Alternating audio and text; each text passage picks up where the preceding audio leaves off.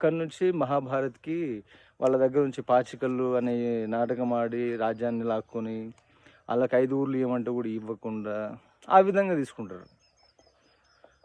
తర్వాత ఇంకొక ఇన్సిడెంట్ చూస్తే, ఒక వివేకవంతునికి సగం గ్లాస్‌లో పాలున్న దాన్నిస్తే, వాడు థాంక్స్ సగమన్నా పాలున్నాయి ఈ గ్లాస్‌లో అని అంటాడు వాడు.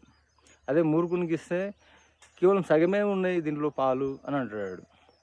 అంటే ఏదైనా సరే తీసుకునే వాడిని బట్టి ఉంటది.